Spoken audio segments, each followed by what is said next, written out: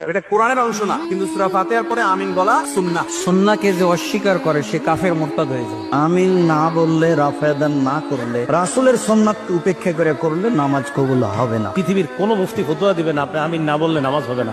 সালাত আপনার হবে, এতে কোনো সন্দেহ নাই, কিন্তু এই সুন্নাত গুলো জানা সত্ত্বেও মানলেন না, খবর আছে। রাতের নামাজগুলিতে ওয়ালা দলিন জোরে পড়তেন, এই জন্য আমিন জোরে পড়তেন সাহাবায়ে কেরাম, এটা প্রমাণিত।